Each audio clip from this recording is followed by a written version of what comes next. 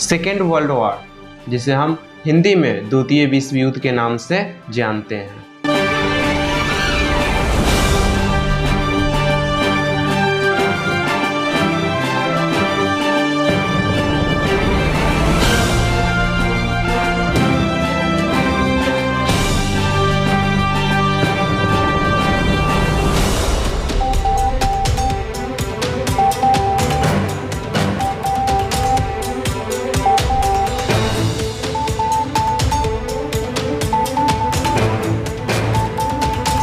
और second world war first world war से ज़्यादा खतरनाक और उससे भी ज़्यादा विनाशकारी था।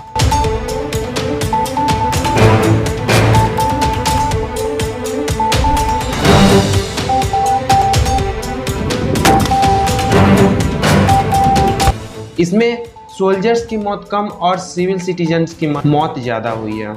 दुनिया इस बात से अनजान था कि फर्स्ट वर्ल्ड वॉर के बाद सेकेंड वर्ल्ड वॉर भी आएगा, जिसमें बड़े बड़े शहर जैसे लंदन, टोक्यो तबाह हो जाएगी।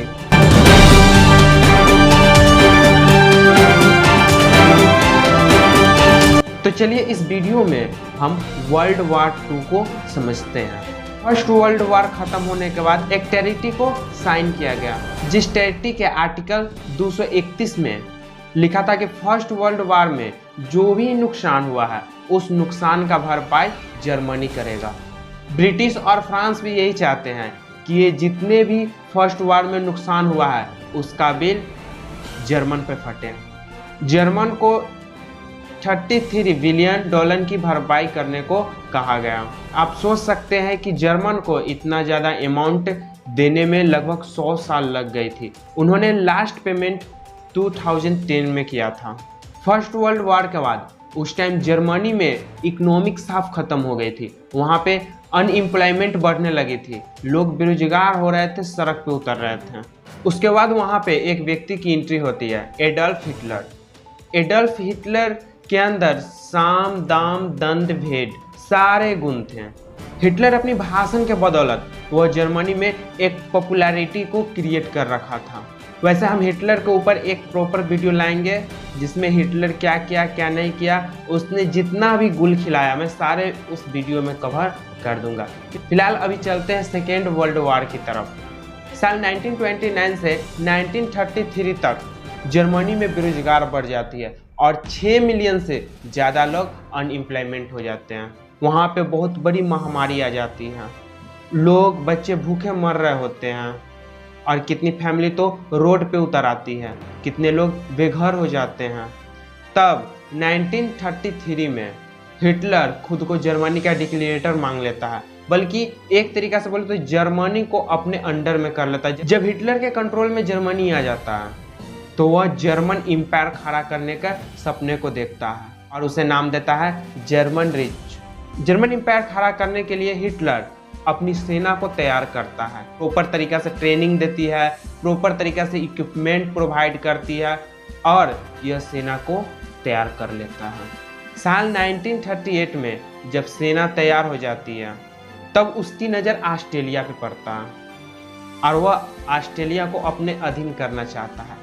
इसके लिए वह युद्ध नहीं अपनाता है बल्कि वो एक रणनीति को अपनाता है। इसके लिए हिटलर ऑस्ट्रेलिया जाता है और ऑस्ट्रेलिया में वो ऑस्ट्रेलिया चांसलर से मिलता है और वो अपनी गवर्नमेंट में अपने लोगों को, मतलब कि नाजी लोगों को शामिल होने के लिए परमिशन मांगता है और वह अपनी जीत से अपने लोगों को उनके गवर्नमेंट में शामिल कर देता है। यहाँ पर हिटलर एक बहुत बड़ी बाजी खेल रहा था।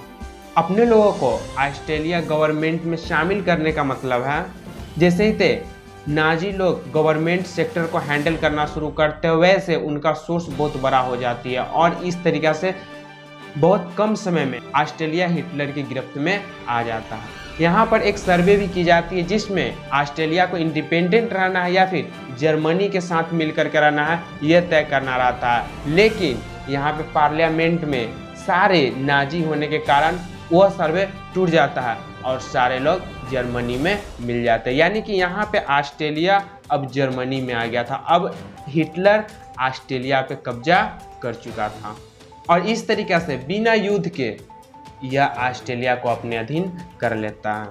इसके बाद हिटलर की नज़र चेकोस्लोवाकिया पे पड़ती है, लेकिन उसके और जर्मनी के बीच में एक अड़चन था और उस अड़चन का नाम सुडेटेनलैंड था और वहाँ पे 30 लाख जर्मन रहते थे। तो हिटलर का ये कहना था कि ये यहाँ पे 30 लाख जर्मन है, यानी कि यह जर्मनी के अंतर्गत आता है।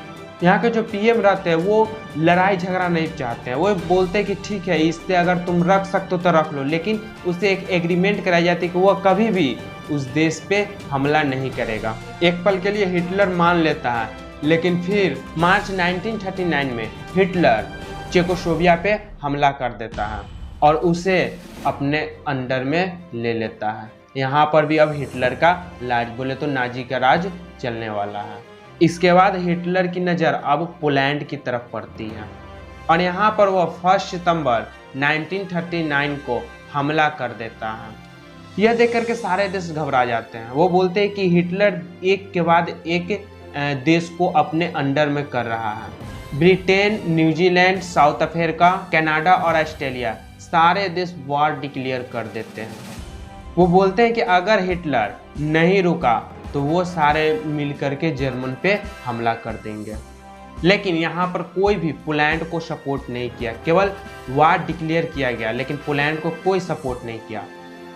हिटलर ने पोलैंड पे हमला किया क्योंकि पोलैंड का जो वार करने का तरीका था वो बहुत ही पुराना था। वो आज भी वो युद्ध घोड़े पर ही करते थे, जिसके कारण हिटलर बहुत कम समय में पोलैंड पे अपना कब्जा जमा लिया। 8 सितंबर 1939 में पोलैंड पर हिटलर अपना कब्जा जमा लेता है। देखा जाए तो हिटलर बहुत ही तेजी से, बहुत ही स्पीड से सारे देशों पे अपना कब्जा कर रहा था और आप देख सकते हैं कि सोल्जर भी बिना रुके हमला कर रहे थे। वो कुछ रेस्ट करने का टाइम ही नहीं लेते थे। यहाँ पे एक बहुत ही इम्पोर्टेंट पॉइंट है कि हिटलर अपने सोल्जर्स को एक ड्रग्स देता था।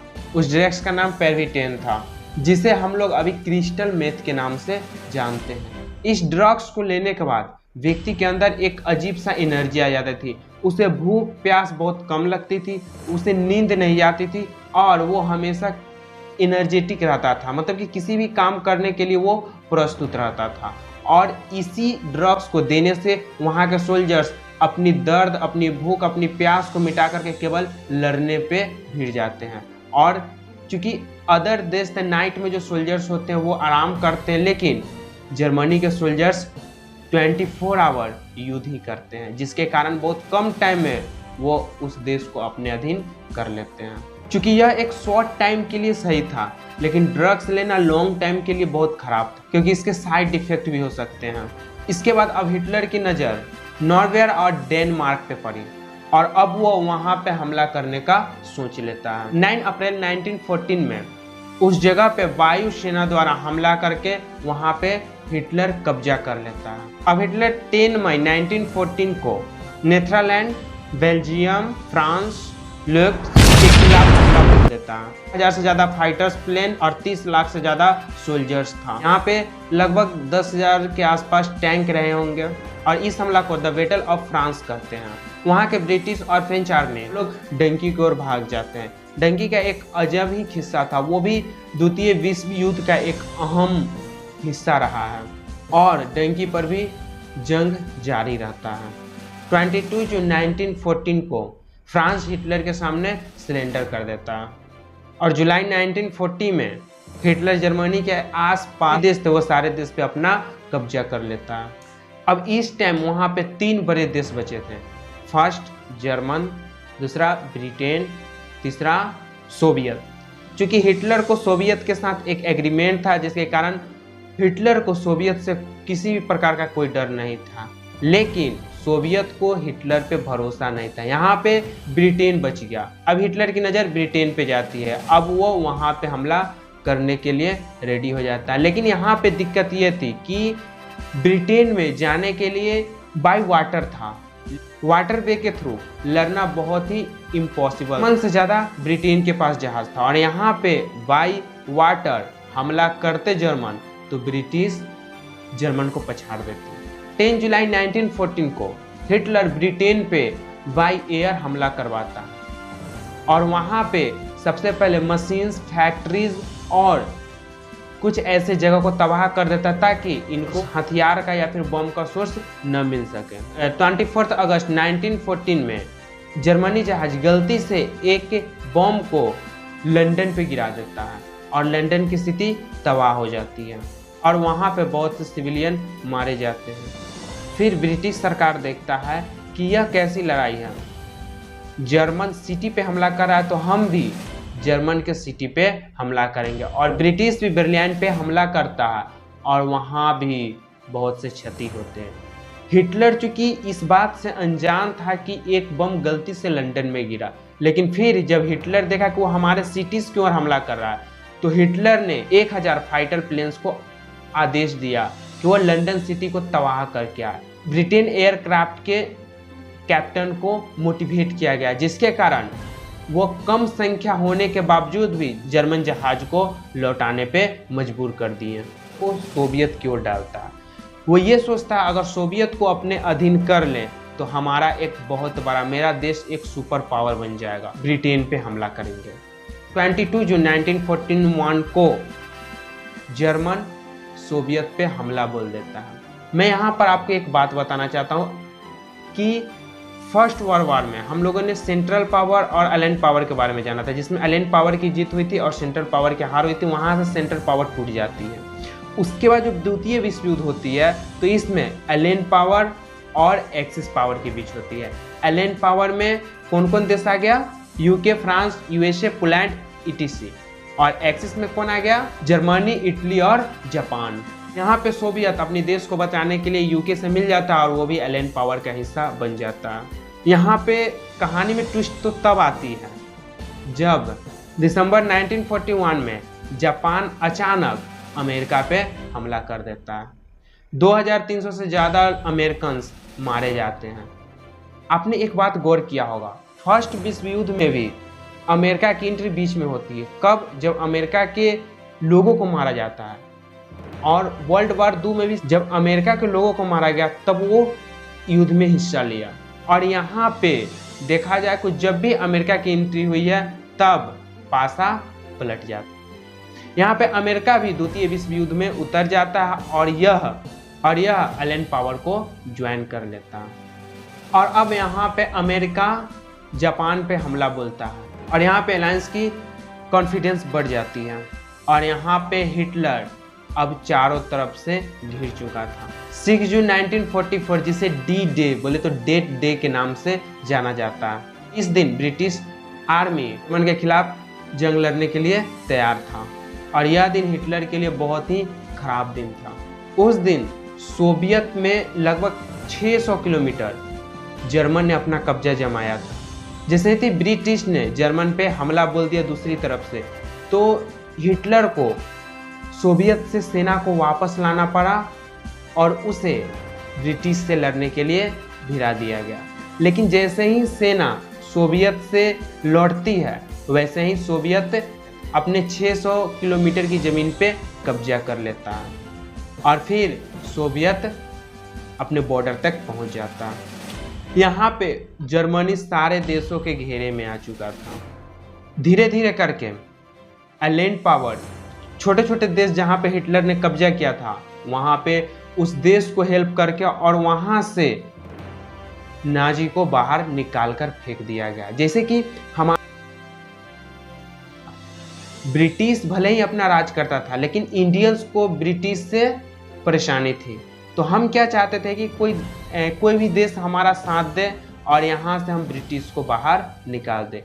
ठीक का यहाँ पे जो छोटे छोटे देश पे हिटलर ने अपना कब्जा करके और अपने आदमियों को यहाँ पे रखा था उस देश से निकाल दिया गया और फिर वो सारे देश को इंडिपेंडेंट बनाया गया। यहाँ पे सारे देश मिल करके अब एक एक करके जर्मनी पे हमला बोल दिए और फरवरी 1945 को सारा देश एकजुट होकर के जर्मनी पे हमला बोल देता है। क्योंकि इससे पहले एक मीटिंग की जाती है जहां पर सारे देश से ये बोला जाता है अगर आप जर्मनी पे हमला करते हैं तो हम आपकी पूरी सपोर्ट करेंगे। 13 अप्रैल 1945 को हिटलर खुद को गोली मार देता है क्योंकि अब वह हारने वाला था। वो एक कहावत है ना, मरना मंजूर है पर हारना नहीं। 8 मई 1945 को जर्मनी खुद को सिलेंडर कर देता है। लेकिन यहाँ पर अभी युद्ध खत्म नहीं होता है। युद्ध अभी जापान और अमेरिका के बीच युद्ध। अमेरिका कई बार अलर्ट करता है जापान को कि वो सिलेंडर कर ले, बट जापान सिलेंडर करने से मना कर देता है। उसके बाद जब अमेरिका ये देखता है कि जापान सिलेंडर नहीं कर रहा, तो वो जुलाई 1945 को हिरोशिमा पे परमाणु बम से हमला कर देता है।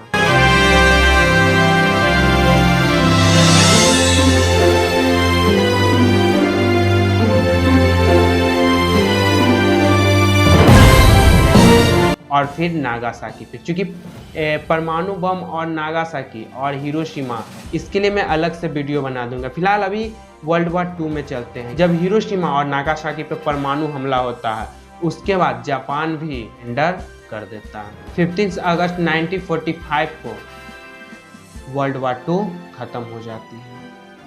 यहाँ पे इसके बाद क्या क्या नुकसान हुआ, आइए हम वो जानते हैं। अक्टूबर 1945 को यूनाइटेड नेशंस की स्थापना की गई ताकि अब भविष्य में कोई भी वर्ल्ड वॉर ना हो। अब चलिए यहाँ पर जानते हैं कि कितने पर्सन इस युद्ध में पार्टिसिपेट किए थे। चलिए अब हम लोग जानते हैं कि इसका नुकसान क्या क्या हुआ था। इस टाइम 7 से 8 करोड़ लोगों की मृत्यु हुई थी, जिसमें 5 करोड़ से ज़्यादा सिविल सिटीजन थे, मतलब कि कॉमन व्यक्ति थे, और केवल 2 करोड़ ही सोल्जर्स थे। और इस तरीक़ा से वर्ल्ड वॉर 2 समाप्त होता है।